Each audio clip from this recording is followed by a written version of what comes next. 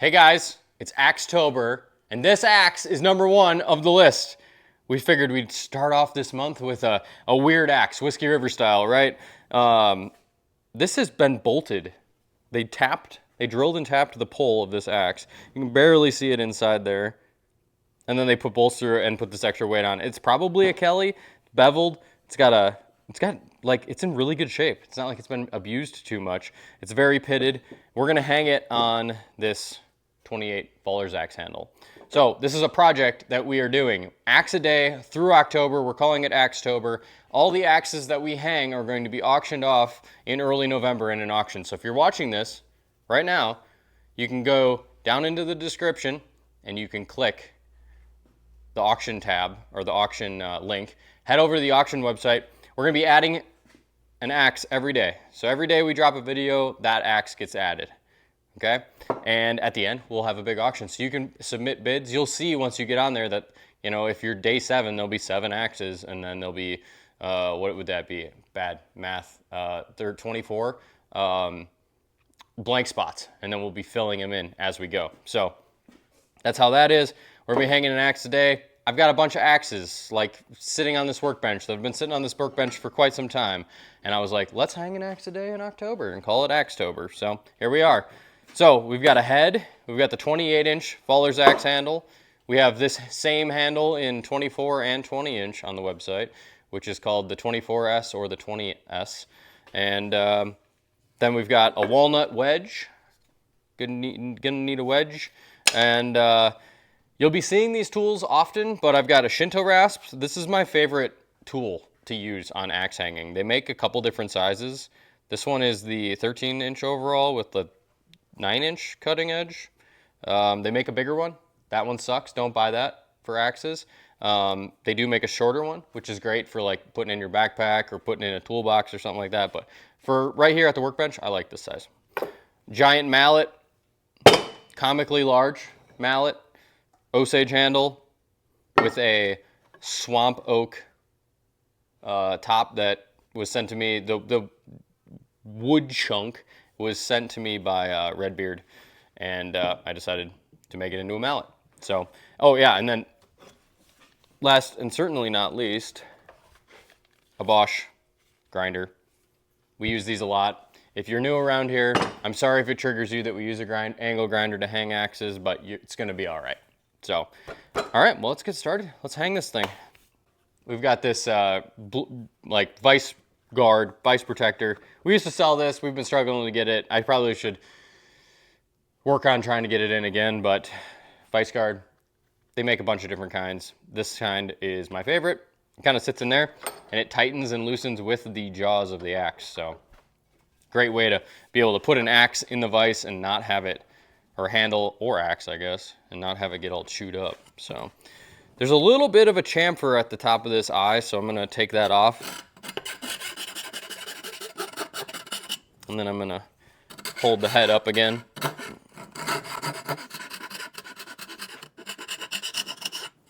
Okay. Very close, very, very close. So we're going to take a little bit off each side. Let's see what we got.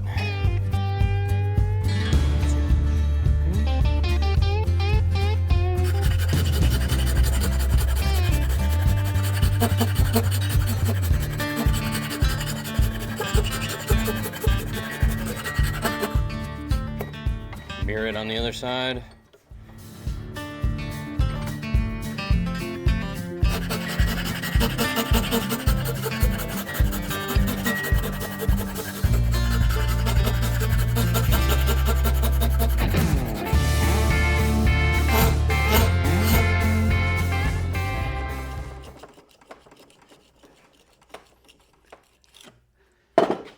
One benefit to not cleaning out the inside of the axe eye is you get this rust spots. So you can see where the head's rubbing.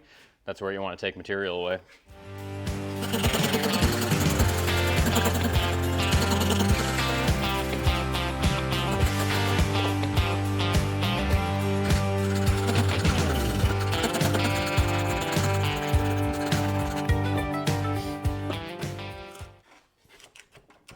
Oh yeah, it's going on nice. Man, this head's gonna be, it's gonna be a nice fit, guys. It's almost all the way out. And I'm gonna be leaving this one proud because I don't want this weight to be too far down. I don't want my hand to be smashing up against that if I'm choking up on it. So it's gonna be, the bottom of this weight is gonna be right at the tip of the shoulder. So honestly, we only have like 3/4 of an inch to come down. I don't know. Maybe I'll wail on it. We'll see. Let's see.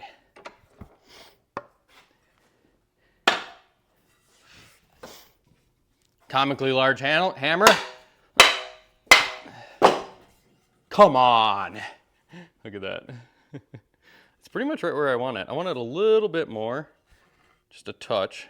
And you can see we're filling out the eye nicely. The first of Axetober is just the easiest hang. Trust me when I tell you this. Some of these hangs are gonna go a little sideways on us, because that's how it works.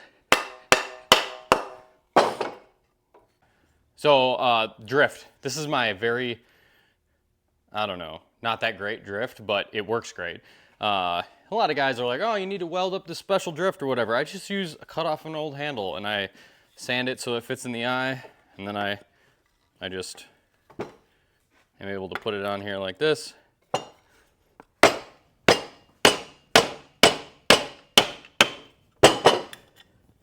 Of course, this head's not that sharp, so I don't feel bad leaning against it, but that's the drift. You get the drift. So again, you got that line, right? You don't want any curling. You don't want a shelf there. You don't want that hard line.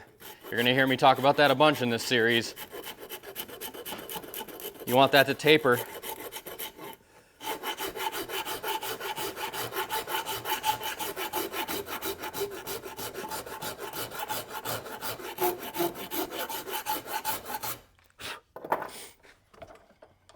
So that curl right there, you can see how these fibers end. So these fibers are coming up the tree or up the stick, and then they're stopping there.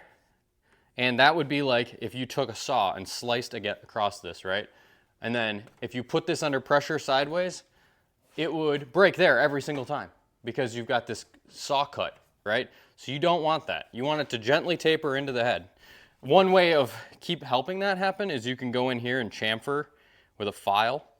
You can chamfer this inside, just barely, and it will help combat that, kind of shove the wood up inside. But I'm not gonna do that on this hand, but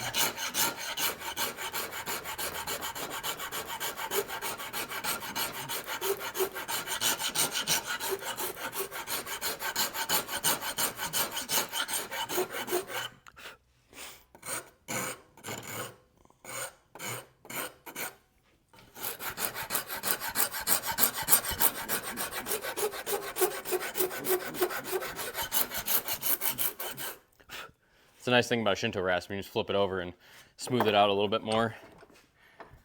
There we go. Forgot to smooth it out on this side.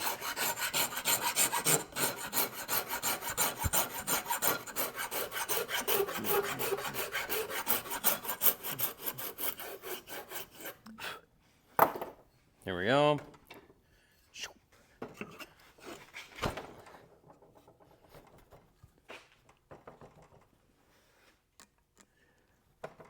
Pull that off.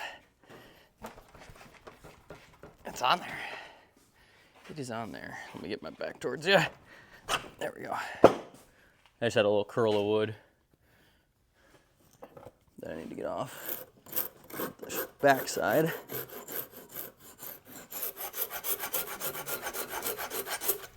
Okay, now we're going back on. Sweet. Couple whales on this.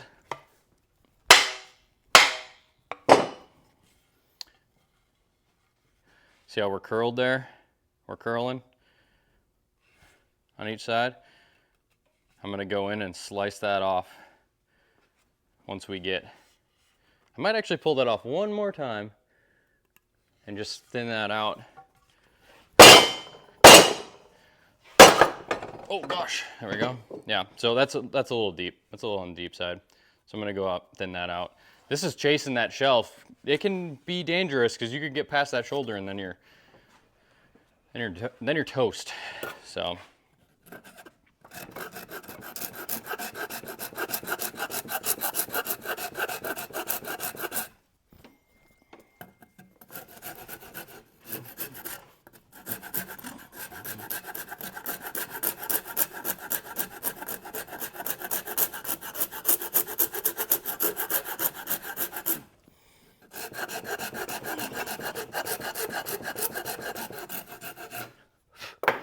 Okay.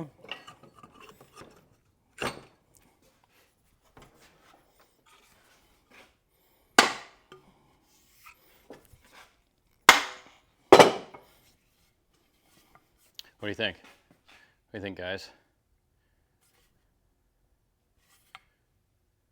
I'm into it. I am into it. It's filling up the eye how it should be. We'll get a wedge in there. It's a little gappy in the back, but we'll see how we can get it to do on the once we wedge it. All right. And a marker, pencil, something like that. Pencil. Pencil, not a pencil. Pen. There's a pen. So I'm just making that mark there, and we'll slice that up that way.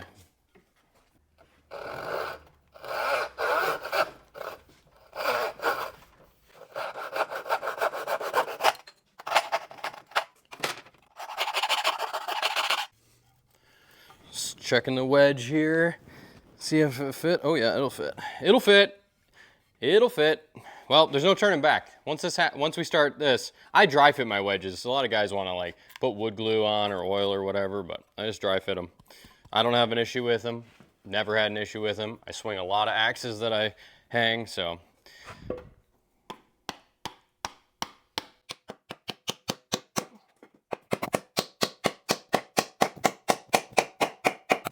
Bottomed out, you can hear it.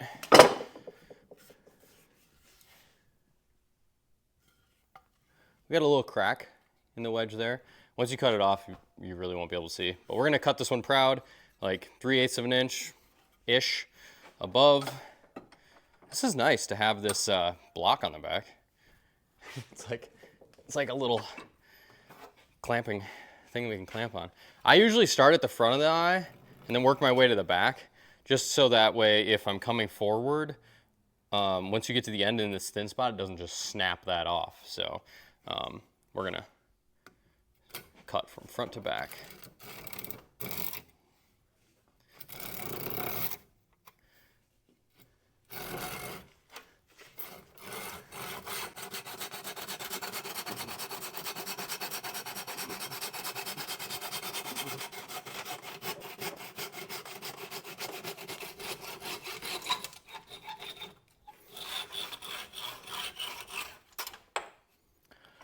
There we go. Look at that. Check it out. So then I just take the Shinto rasp on the fine side, take my saw marks out.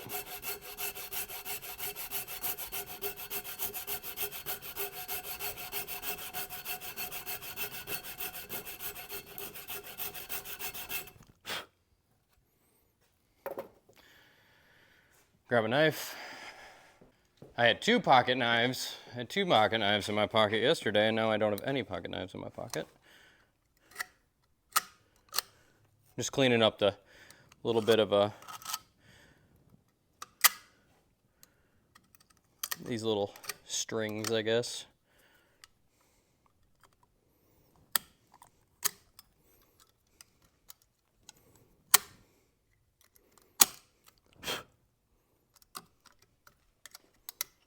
There you go.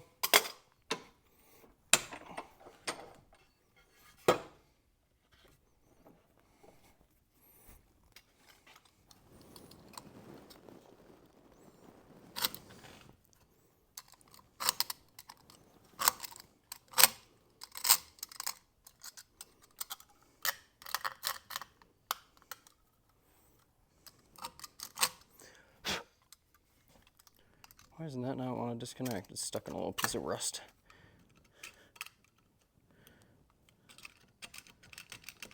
There we go. Flip this around.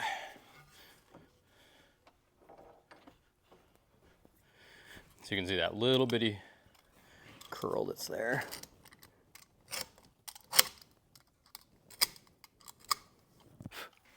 There you go.